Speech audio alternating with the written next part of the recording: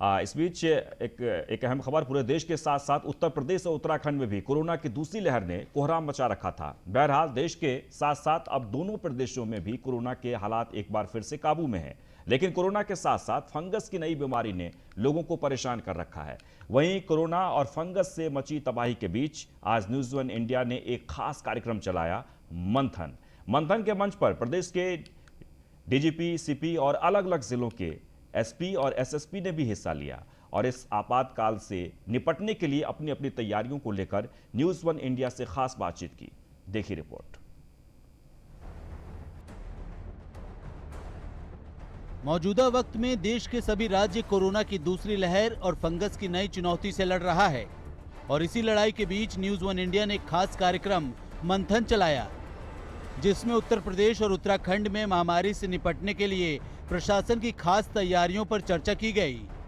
News one India के मंथन के मंच पर यूपी उत्तराखंड के डीजीपी, आईजी, पुलिस कमिश्नर और अलग अलग जिलों के आईपीएस अफसरों ने हिस्सा लिया और वैश्विक महामारी और नई बीमारी ब्लैक एंड व्हाइट फंगस के खिलाफ चल रही लड़ाई को लेकर प्रशासन द्वारा उठाए गए कदम और आगे की तैयारियों पर चर्चा की गई। सबसे पहले आपको दिखाते हैं Lucknow commissioner D K Thakur, Kanpur police commissioner Asim Arun, Noida के पुलिस कमिश्नर आलोक कुमार और मेरठ जोन के आईजी प्रवीण कुमार ने क्या कुछ कहा है। पिछले महीने पूरे अप्रैल में और माह मई में भी अब तक नगर निगम ने, स्वास्थ्य विभाग ने, जिला प्रशासन ने और पुलिस प्रशासन ने मिलकर काम किया है और माननीय मुख्यमंत्री और उत्तर प्रदेश शासन के निर्देशन में जो भी डायरेक्शन प्राप्त हुए थे उनका कंप्लायंस करते हुए हम लोगों ने स्थिति को नियंत्रण में ला दिया है। यदि आज के डेट में यदि कोई पुलिसकर्मी कोरोना संक्रमित होकर के मृत्यु को प्राप्त होता है तो उसके लिए सरकार ने अलग से 50 लाख रुपये अनुदान की व्यवस्था कर रखी है। किसी भी काम में और विशेषकर आपदा प्रबंधन या डिजास्टर मैनेजमेंट, इसमें जितना हम पहले से नियोजन यानी प्लानिंग करके रखेंगे उतना ही हमको फायदा होगा। तो हमको ये सबक लेना है इन प्रत्येक वेव से और आपदाओं से कि हम अपनी कैपेसिटी को खूब बढ़ाएं। देखिए, पुलिस से ज़्यादा खौफ जो है वो वायरस का लोगों के सिर पे रहना चाहिए कि वायरस जब तक स्वयं डिक्लेयर ना कर दे कि वायरस चला गया है तब तक लोगों को अपने आप ये ना मान लेना चाहिए। जो मास्क का जैसे प्रयोग है, अब इस समय तो नए स्टैंडर्ड्स डबल मास्क का कहते हैं, डबल मास्क का प्रयोग किया जाए तो लोग पुलिस के खौफ से नहीं, वायरस क्योंकि एक ये पैंडेमिक, ये महामारी के रूप में यहाँ सब जगह फैला हुआ है, उससे बचने के लिए मास्क का प्रयोग करें।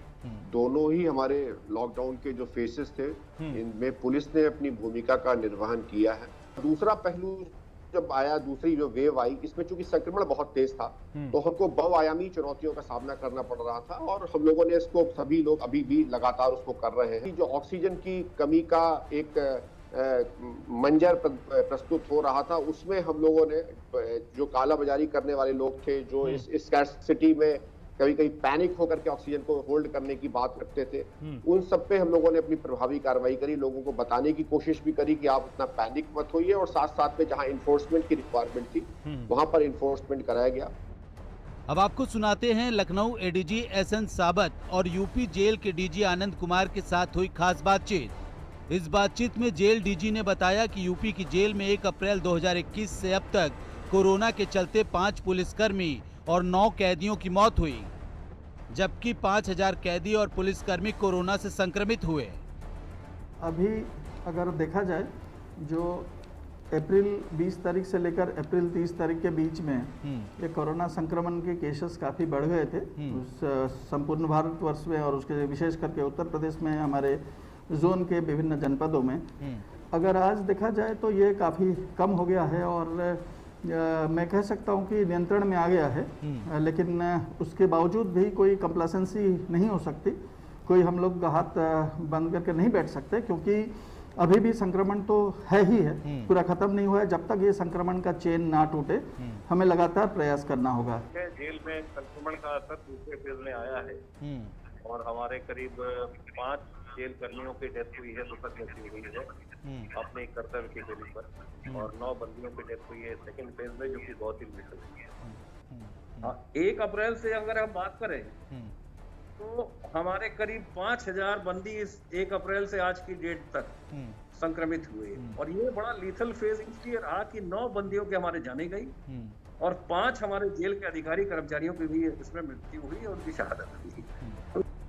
अब आपको उत्तराखंड के डीजीपी अशोक कुमार का बयान सुनाते हैं और बताते हैं कि उत्तराखंड में प्रशासन ने महामारी से निपटने के लिए क्या रणनीति बनाई और आगे की क्या तैयारियां हैं। उत्तराखंड के हालात बड़ी तेजी से सुधरे हैं। मैं कहूँगा कि पिछला 1 हफ्ता हमारा जो है ऑलमोस्ट केसेस में लगातार गिरावट आई है और 30 से 40% पे आ गए हम अपने पीक का।